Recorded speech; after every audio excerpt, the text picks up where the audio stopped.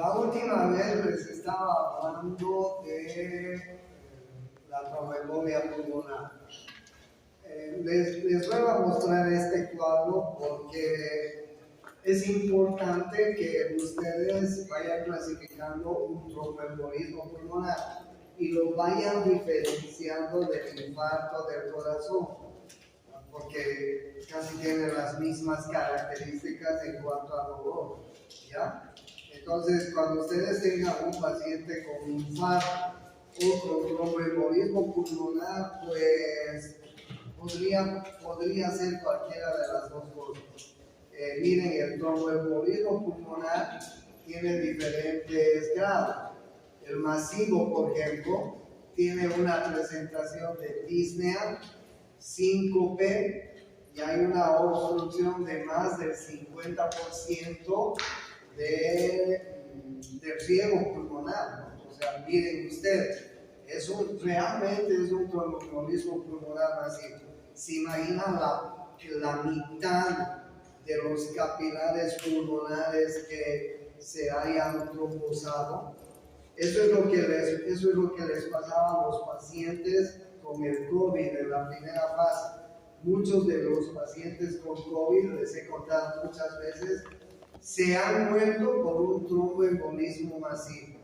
Por eso es que después de la primera fase, cuando no conocíamos muy bien la enfermedad, nosotros los médicos aprendimos a usar los medicamentos para evitar el tromboembolismo. Es decir, ¿qué medicamentos usábamos cuando un paciente se comenzaba a complicar desde el comienzo? Anticoagulantes, ¿no es así? Anticoagulantes. Y en el tratamiento de un COVID con compromiso pulmonar, entre otras cosas, usamos anticoagulantes, usamos aspirina, ¿sí? Porque el problema de estos pacientes es que puedan hacer tromboembolismo pulmonar masivo. Pero bueno, yo les hablo de una experiencia reciente que hemos tenido en la vida como médicos. Y entonces el tromboembolismo pulmonar, la tromboembolia pulmonar masiva, es un cuadro muy grave, muy agudo, donde ese paciente va a tener disnea, una disnea de reposo, no es disnea de grandes, pequeños, medianos, nada, es una disnea de reposo, síncope y una obstrucción de más del 50%. Y la disfunción ventricular derecha va a estar, claro, profundamente aumentada, ¿no es cierto? Es decir, el ventrículo derecho se afecta, porque normalmente lo que hace el ventrículo derecho, si ustedes se acuerdan, es bombear la sangre desde el ventrículo hacia la arteria pulmonar, ¿no es así? Y la arteria pulmonar se divide en arteria pulmonar derecha y en arteria pulmonar izquierda. Y estas arterias llegan a los pulmones a través de sus capilares. Pero ¿qué pasa si más del 50% se ha trombosado? O sea, realmente va a haber una disfunción en el ventrículo derecho, porque el ventrículo no va a poder bombear adecuadamente toda la sangre que bombea hacia la arteria pulmonar. Por eso es que la disfunción ventricular derecha está presente, ¿ya? Esa tromboembolia puede ser moderada o severa. Miren ustedes, la presión arterial es normal, el defecto de la perfusión es del más del 30%, ¿ok? Y hay una también disfunción ventricular derecha, del ventrículo derecho, bastante presente. Y luego está el tromboembolismo pulmonar leve, donde la presión arterial es normal y donde la disfunción ventricular está ausente, todavía no se ha afectado el ventrículo derecho. Bueno, el infarto pulmonar. El infarto pulmonar, que es muy parecido al tromboembolismo pulmonar masivo, produce un dolor pleurítico muy intenso, un dolor de costado, hemoptisis y fronte pleural. ¿Ok? Claro, como el infarto pulmonar es agudo, no va a haber disfunción del ventrículo derecho inmediatamente, porque la disfunción ventricular derecha se produce en horas. Pero el infarto pulmonar es muy agudo. ¿Okay? Por eso es que el dolor pleurítico, la hemoptisis, el frote pleural es agudo, es inmediato. Si ustedes tienen un paciente sin antecedente grave para pensar en otra patología y de pronto tiene esta sintomatología, piensen que puede ser un infarto pulmonar. ¿Ya? Y después hay unas embolias paranoicas y no trombóticas que también podrían presentar. La embolia no trombótica es rara, entre comillas, porque no solamente puede haber un trombo o un embolo sanguíneo, sino también podría haber otras cosas, por ejemplo, un trombo de aire. Si una persona recibe más de 20 ml de aire en una perfusión, esa cantidad grande de aire puede producir una embolia de aire, ¿entiendes? Por eso es que nos enseñan cuando colocamos una vía, por eso es que nos enseñan cuando colocamos una inyección intravenosa o intramuscular, sacar todo el aire, ¿no es cierto? A pesar de que medio centímetro de aire, 1 centímetro de aire no va a producir un problema grave, pero ya nos enseñan desde que somos estudiantes a que en lo posible la jeringa que estamos utilizando, la vía que estamos utilizando, no tenga aire. Porque si hay una gran cantidad de aire, mayor a 10, a 15, a 20 ml de aire, sí puede producir una embolia de aire. Y eso puede ser grave. ¿Ok? Embolias de grasa. Estos pacientes, por ejemplo, que se hacen hoy en día las cirugías plásticas, ¿no es cierto? Ustedes saben que hay muchas mujeres que se hacen combos hoy en día. Se hacen sus pechos, sus nalgas, su abdomen, en fin, se hacen cambiar y se hacen sacar la grasa de todo lado. En el postoperatorio, ¿estas personas pueden hacer una embolia grasa? Sí, pueden hacer. Una cirugía mayor podría producir una embolia grasa, sí podría producir. Por eso que es importante que nosotros tengamos el cuidado respectivo en el postoperatorio con las embolias de grasa, con las embolias de aire, que suelen no ser frecuentes, pero podrían presentar. Embolias pulmonares, embolias de líquido amniótico en una mujer que recién ha dado a luz, podría ser también parte de este cuadro que se llama tromboembolia pulmonar. Entonces, miren ustedes cuando hablo de tromboembolia pulmonar. En la tromboembolia pulmonar hay diferentes clasificaciones, pero cuando la tromboembolia pulmonar es masiva o más o menos moderada, miren que hay una disfunción ventricular derecha muy importante. ¿Ok? Si la tromboembolia pulmonar es leve, pues probablemente no haya mucho daño. Pero si la tromboembolia pulmonar es masiva o moderada o severa, sí va a haber problemas a nivel del corazón derecho. ¿Ok? El infarto pulmonar también es un problema. No se olviden que los coágulos sanguíneos no solamente producen un infarto en las coronarias, pueden producir infarto en los pulmones y en el cerebro. Ahí están los infartos cerebrales o los accidentes vasculares cerebrales, ahí están los infartos pulmonares, ahí están los infartos cardíacos. ¿Qué es un infarto? Es la obstrucción de una arteria importante que lleva sangre a un órgano. ¿Qué es un infarto del miocardio? es la obstrucción de una arteria coronaria. ¿Qué es un infarto cerebral? Es la obstrucción de una arteria cerebral importante. Imagínense que se obstruya la cerebral anterior, que se obstruya la arteria cerebral media, que se obstruya la cerebral posterior. Eso va a dar un infarto grave. ¿Qué es un infarto pulmonar? Es la obstrucción de una de las arterias pulmonares importantes que lleva sangre al pulmón. Imagínense que una rama de la arteria pulmonar derecha o izquierda, una de las ramas se infarta, se obstruye. Va a haber un gran porcentaje de pulmón que va a dejar de irrigar sangre. Y entonces esa porción de pulmón se va a infartar. Eso es grave. Entonces, el infarto pulmonar es importante, sí, es importante. ¿Okay?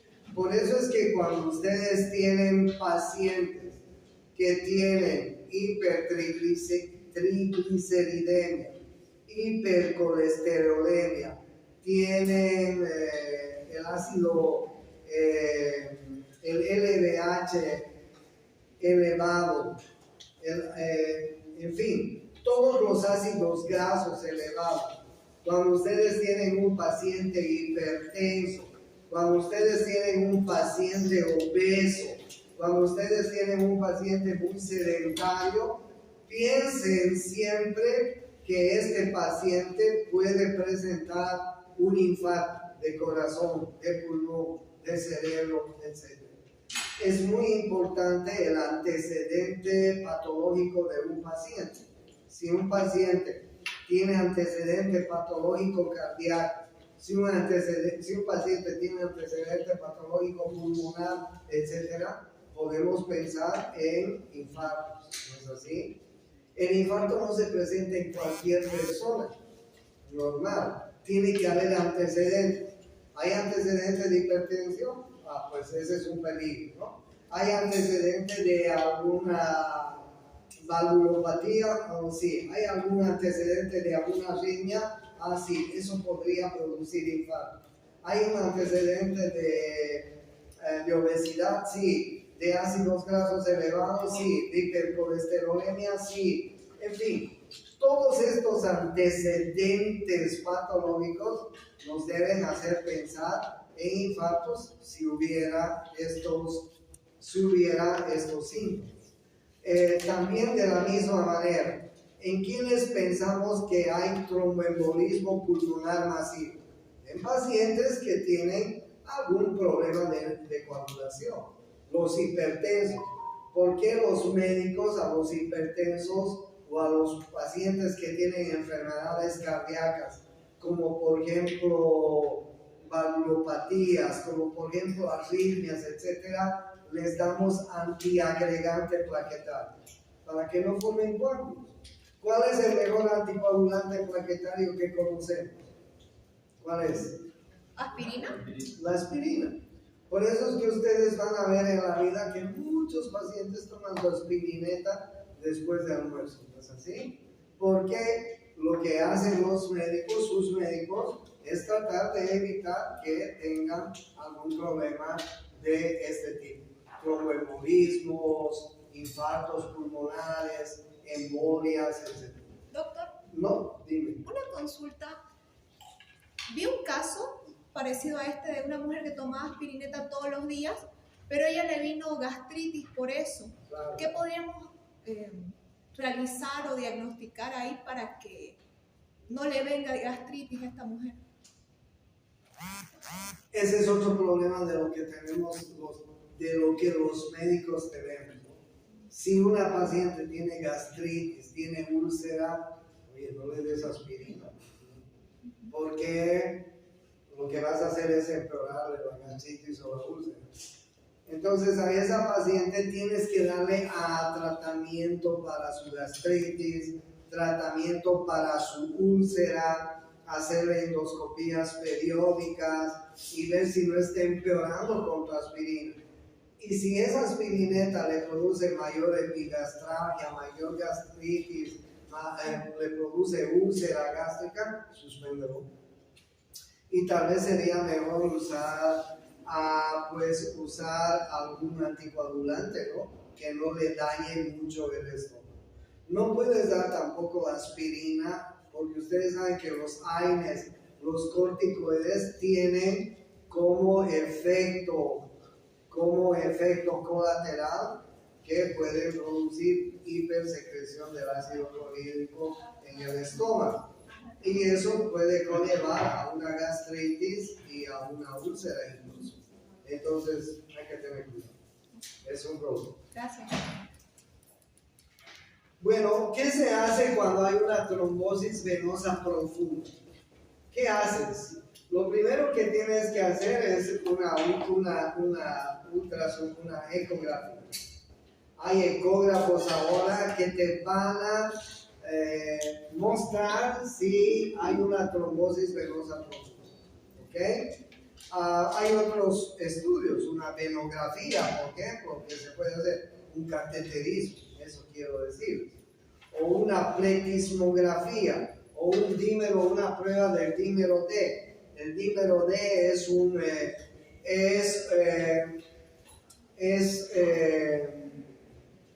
una parte muy importante que nos va a medir la coagulabilidad de los pacientes. Si el dímero D está muy aumentado, tienes que asustarte, porque ese paciente puede estar coagulando y puede hacer una coagulación.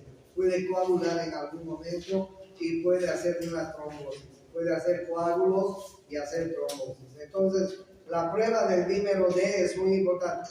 Nosotros en los pacientes que tenían COVID les medíamos el dímero D. Cuando el dímero D estaba muy elevado, los médicos teníamos que asustarnos, porque ese paciente era un candidato para hacer tromboembolia pulmonar y morirse. ¿Entiendes? Cuando tú tienes un paciente que tiene tromboembolia pulmonar, tienes que ir controlando el dímero D, si es posible, cada día. Si está elevándose, a pesar de todos los tratamientos que estés haciendo, si está elevando, es muy mal pronóstico. Ese paciente puede estar empeorando y puede seguir coagulando. La prueba del dímero D es una prueba muy importante hoy en día. La ultrasonografía es muy importante hoy en día. Los cateterismos son muy importantes. La pletismografía, esta es una pletismografía. Le hacen pruebas con estos aparatitos con tensiómetros que les ponen en los diferentes miembros para ver si pues mantienen las ondas de presión y de pulso en un aparato que se llama pletismógrafo. ¿Okay? Pueden hacer estas pruebas y si un paciente tuviera una obstrucción venosa profunda en uno de los miembros, pues dejaría de registrar el pletismógrafo en ese miembro las pruebas de volumen y presión. ¿Entienden? Y el pulso. Esa es una prueba que se hace, que se llama pletismografía de impedancia. Pero ahora, hoy en día, se usa la ecografía, que es muy fácil recurso. El dímero D es muy importante. La venografía o el cateterismo es muy importante. ¿Ya? Entonces, como les decía en la anterior clase, en el diagnóstico de tromboembolia pulmonar hay datos no específicos y datos específicos, ¿no? Hay una leucocitosis, el DHL, la TGO, el tiempo de protrombina están aumentados, las bilirrubinas están aumentadas. Puede haber alguna alteración en el electrocardiograma. Una radiografía de tórax también nos puede dar algún indicio de un tromboembolismo. La gasometría también es importante. Entonces, estos son datos no específicos que pueden llevarnos al diagnóstico de tromboembolia pulmonar. Pero ¿cuáles son los específicos para diagnosticar una tromboembolia? Una venografía, un cateterismo. ¿sí? Una gammagrafía, que también es muy importante hoy en día. La pletismografía que les mostré hace un momento. Resonancia nuclear.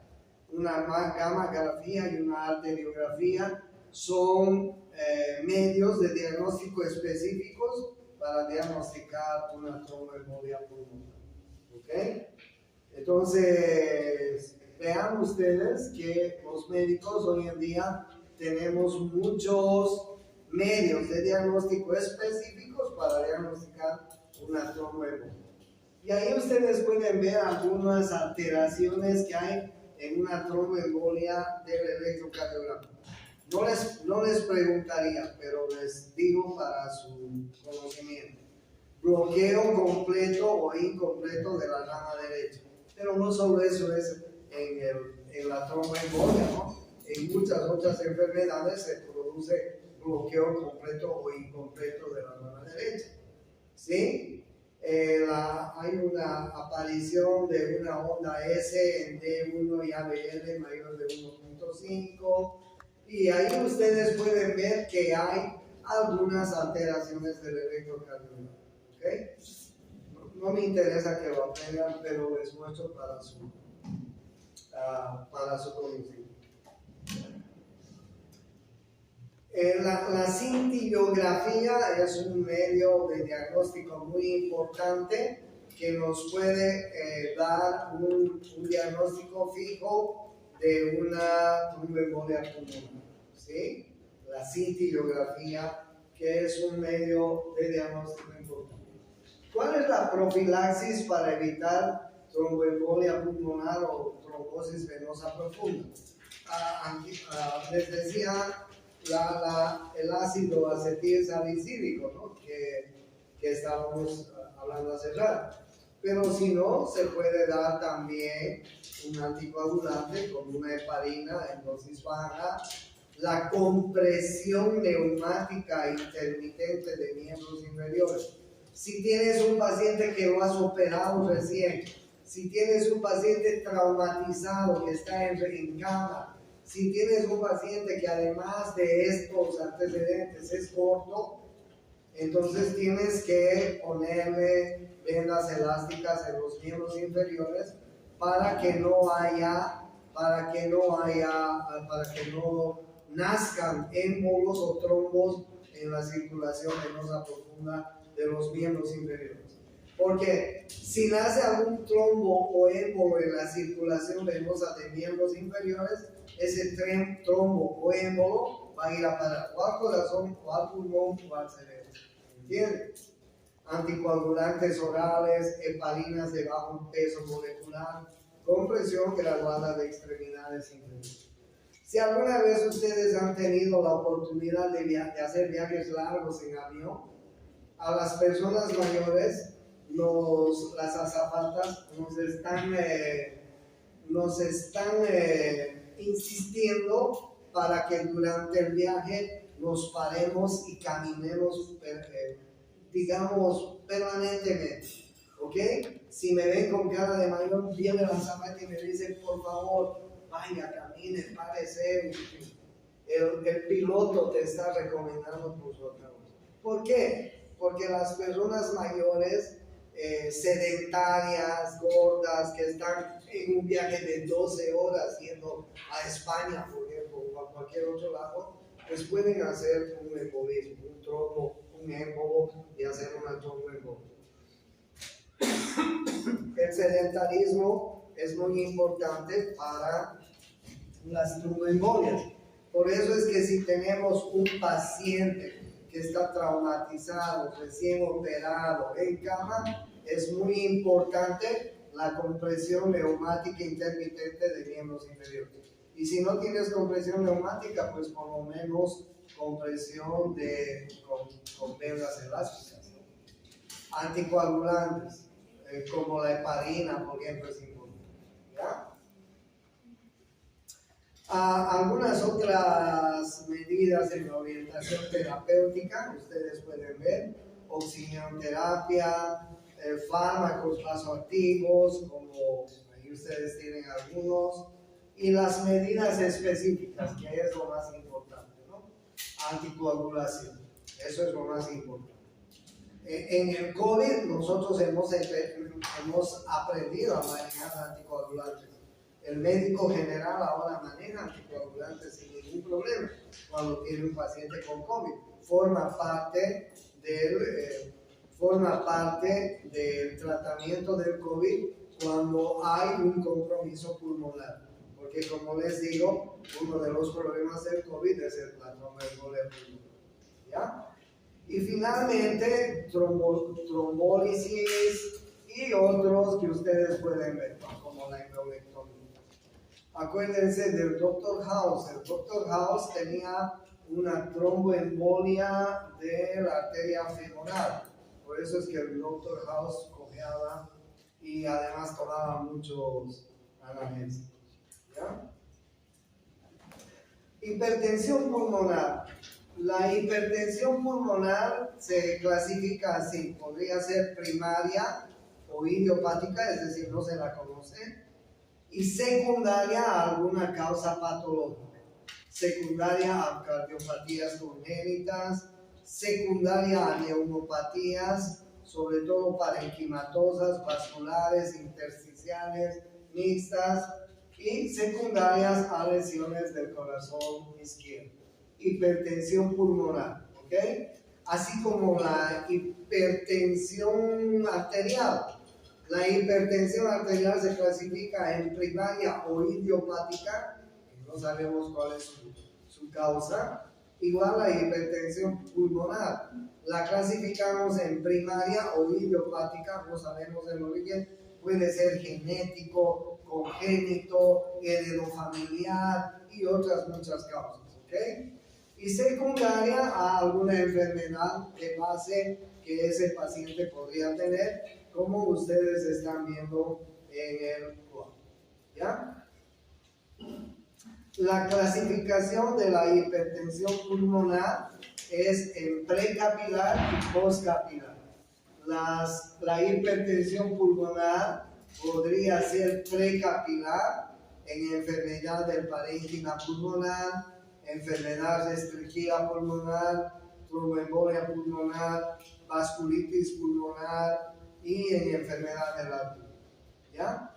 Y las postcapilares, falla cardíaca del corazón izquierdo, enfermedad de la válvula mitral, trombomixoma auricular izquierda, enfermedad veno-oclusiva. Como ustedes ven, las postcapilares generalmente están en relación con falla del corazón izquierdo, ¿ya?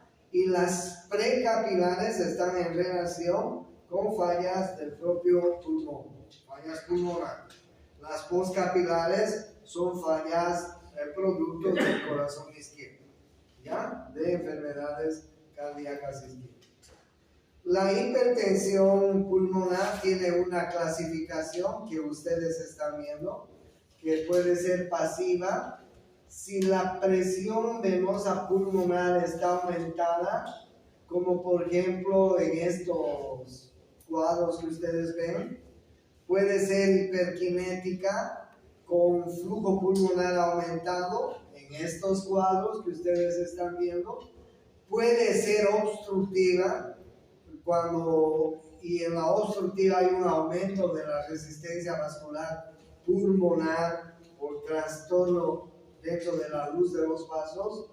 Cuando hay una trombosis o embolia masiva, esto ya es grave.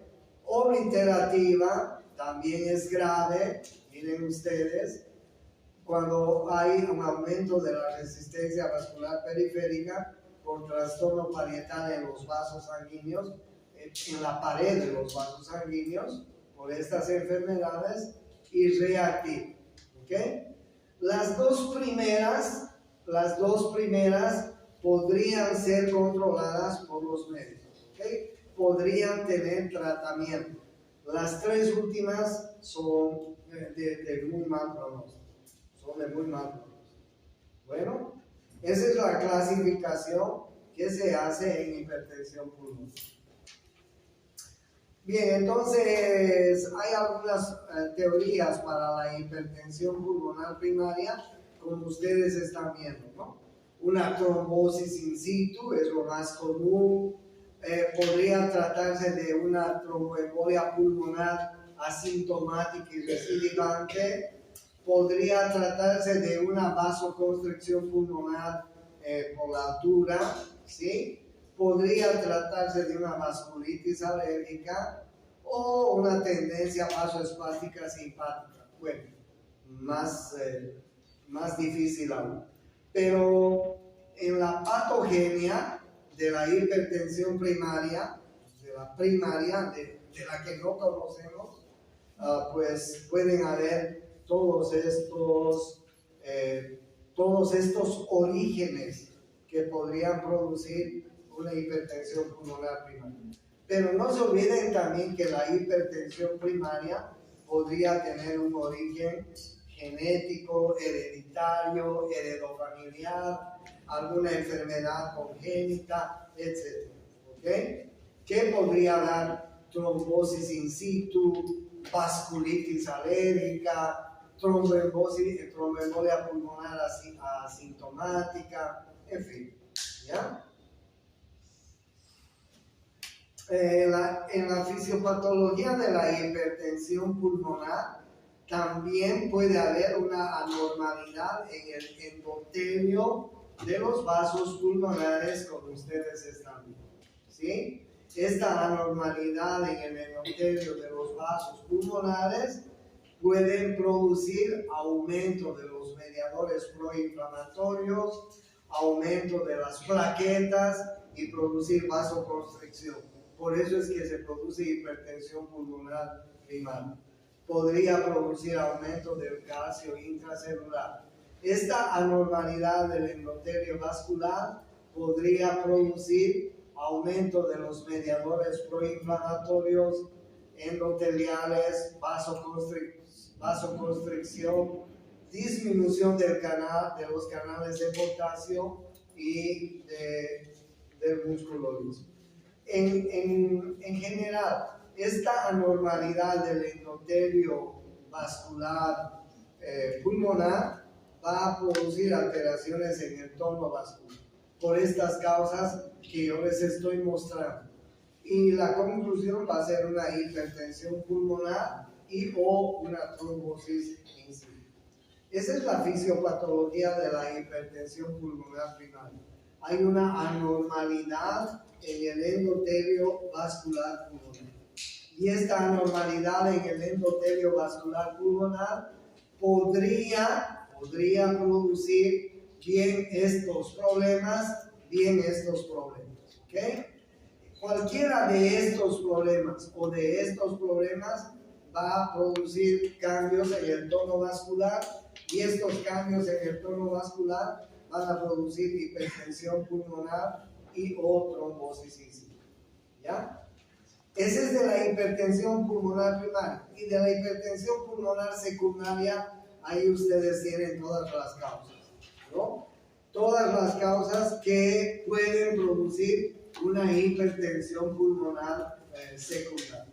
Obstrucción postcapilar, cuando hay resistencia al drenaje venoso pulmonar, factores obliterativos con resistencias aumentadas en el lecho vascular pulmonar, obstrucción vascular pulmonar de arterias pulmonares medianas y grandes, hipoxia con resistencia aumentada por vasoconstricción en pacientes obesos que tienen poca hipoventilación. Estas causas son causas de la hipertensión pulmonar secundaria, ¿okay? Que es diferente de la hipertensión pulmonar primaria, porque les decía que la hipertensión pulmonar primaria generalmente es una hipertensión que pues no la conocemos exactamente, pero la hipertensión pulmonar secundaria podía deberse a otras causas secundarias, como dice su nombre y como está en este cuadro. ¿Okay? La hipertensión pulmonar primaria, ¿sí? Por ejemplo, si hay un problema en el corazón izquierdo, imagínense una estenosis mitral, imagínense una estenosis aórtica, imagínense una hipertensión arterial, imagínense una insuficiencia cardíaca izquierda. Cualquiera de estas causas, cardíacas, lo que van a hacer es que van a producir a la larga, una obstrucción al flujo venoso pulmonar. A la larga van a producir un aumento en la presión venosa pulmonar. A la larga van a producir aumento en el volumen y menos distensión venocapilar pulmonar. Y a la larga van a producir hipertensión arterial pulmonar. Por eso es que una insuficiencia cardíaca izquierda, sea cual sea la causa, a la larga puede terminar en una hipertensión arterial pulmonar. Y sobre todo, una de las causas más importantes en nuestro medio es la hipertensión arterial. ¿Cuánta gente tiene hipertensión arterial hoy en día? Millones de personas. Es una enfermedad endémica. ¿Por qué hay hipertensión arterial? Porque la gente se ha vuelto muy sedentaria, ¿no es cierto? Porque la gente tiene mala alimentación. La gente hoy en día come mucha comida chatarra, aumenta de peso, es sedentaria, no hace ejercicios, etcétera, ¿no? Entonces eso va a condicionar a una hipertensión arterial, que es la principal causa. Y hay mucha gente que tiene hipertensión arterial y no lo sabe. Casualmente va al médico por alguna otra razón, le toman los signos vitales y se entera que necesita. Y recién se acuerda de ir al médico, ¿no? A veces ha pasado muchos años y esa hipertensión arterial de mucha data, de mucho tiempo, puede producir con el tiempo todos estos problemas. ¿Okay? ¿Cuál es la consecuencia final de una hipertensión arterial? ¿Qué es lo más frecuente? Pues una hipertensión arterial pulmonar. Porque ya saben que las alteraciones a largo plazo van a ser retrógradas, hacia atrás, cuando hay una insuficiencia cardíaca izquierda, ¿sí? Entonces, hacia atrás, estas van a ser las consecuencias de una hipertensión no tratada, o de una estenosis mitral, o de una estenosis aórtica, que al fin y al cabo van a producir una insuficiencia cardíaca izquierda. Entonces, si tenemos un paciente con insuficiencia cardíaca del lado izquierdo del corazón, a la larga, ese paciente va a ser una hipertensión arterial pulmonar. ¿Okay? La hipertensión pulmonar secundaria también, como les decía, lo que va a producir, por ejemplo, si hay una hipertensión arterial, si hay una estenosis mitral, les decía que a la larga va a haber repercusión hacia atrás, es decir, a nivel pulmonar.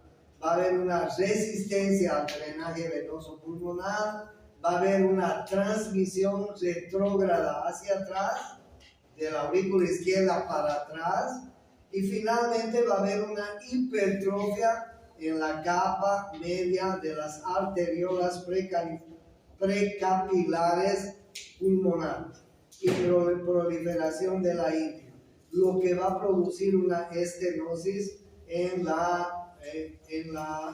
capilares pulmonares. ¿Okay? Si hay una hipertrofia en la capa media de los capilares, si hay una proliferación de la íntima en los precapilares, pues estos capilares que son muy delgaditos, a consecuencia de esta hipertrofia, a consecuencia de esta proliferación de la íntima, se van a cerrar.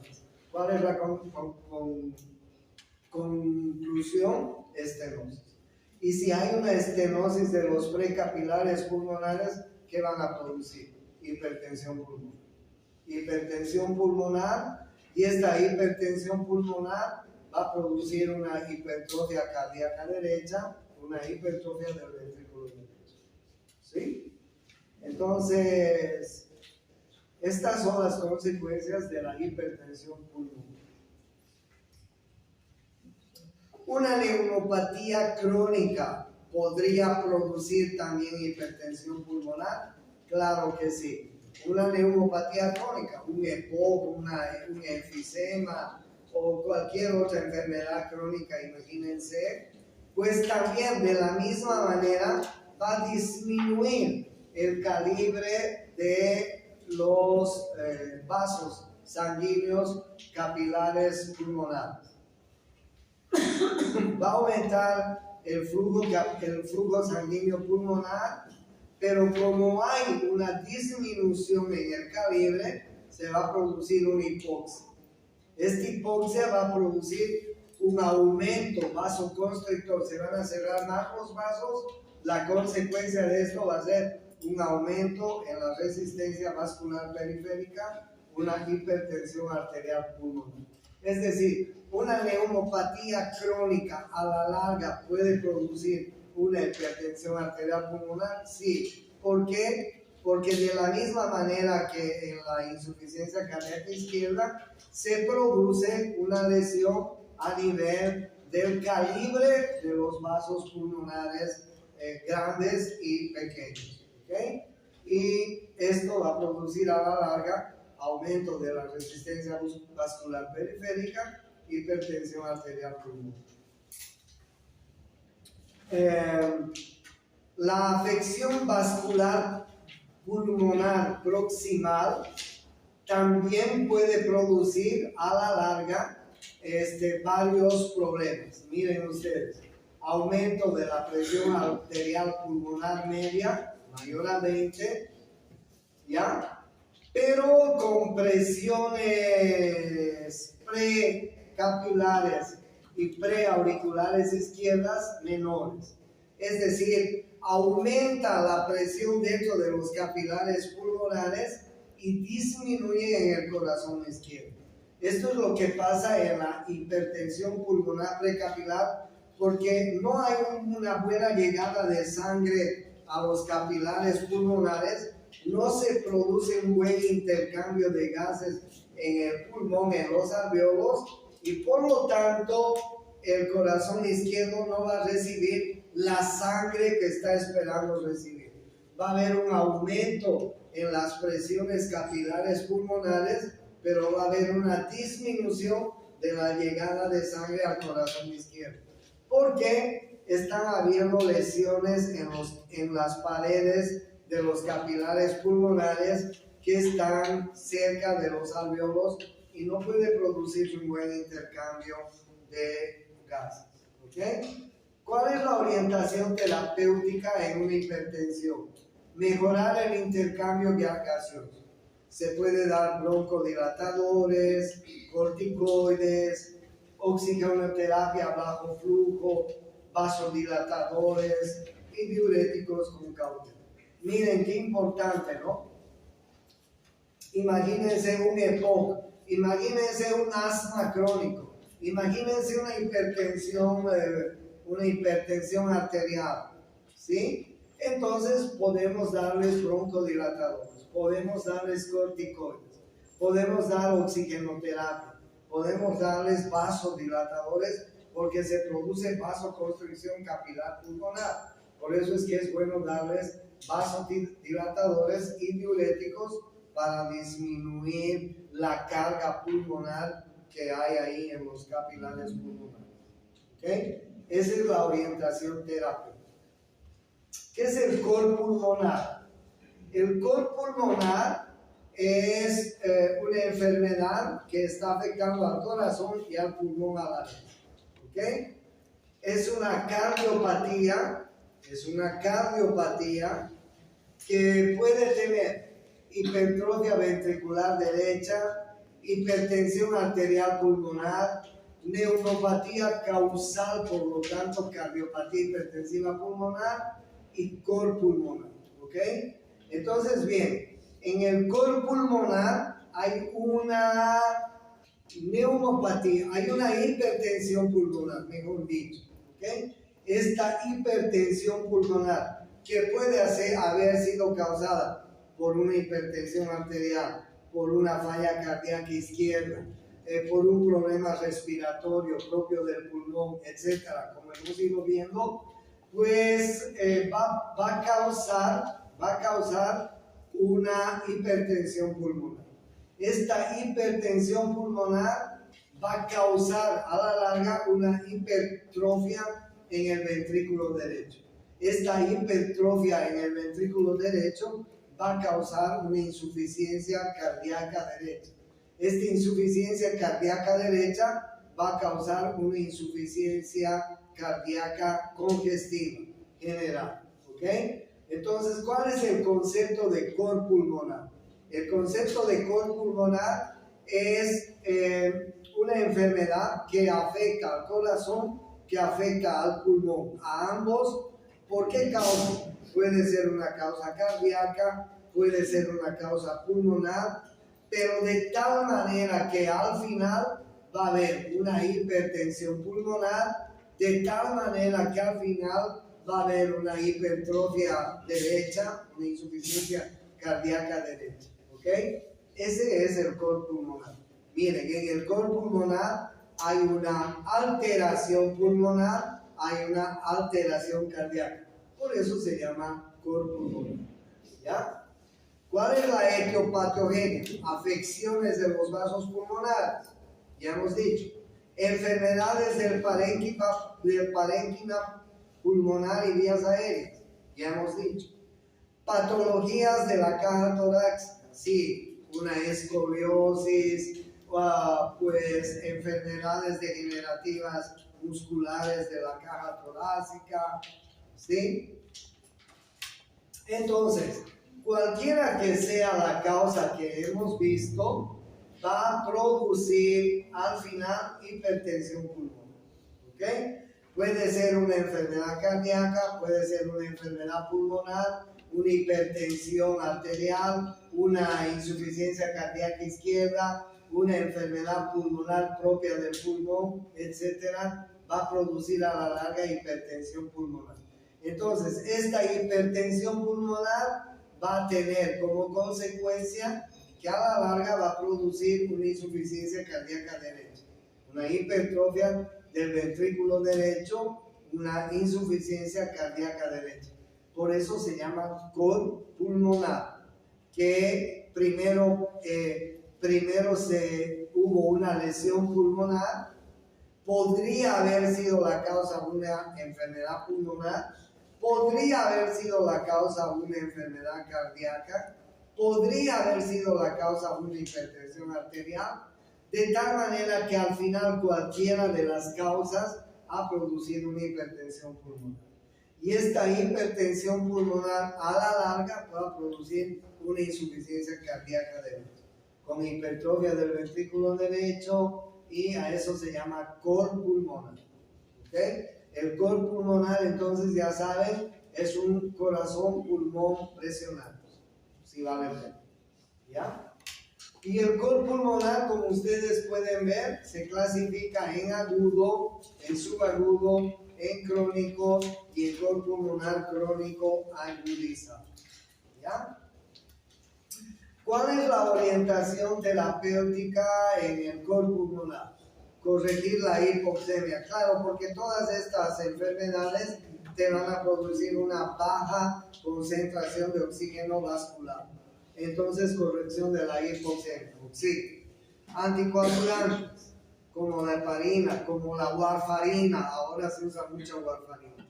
Vasodilatadores, como el nifedipin. Tratamiento de la falla cardíaca, si es que hay falla cardíaca. Hemos dicho que hay una falla cardíaca del corazón derecho, ¿sí? Y inclusive podrían hacer sangrías en algunas circunstancias en que el paciente se pone ¿ya? Bueno, eso es todo lo que nos vemos el lunes en el examen.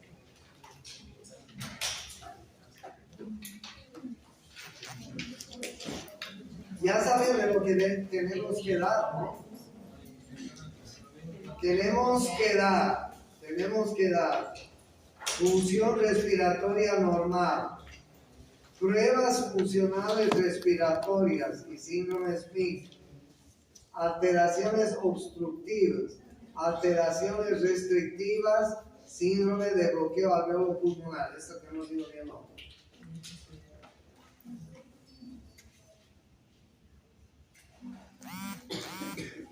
Bueno, vamos.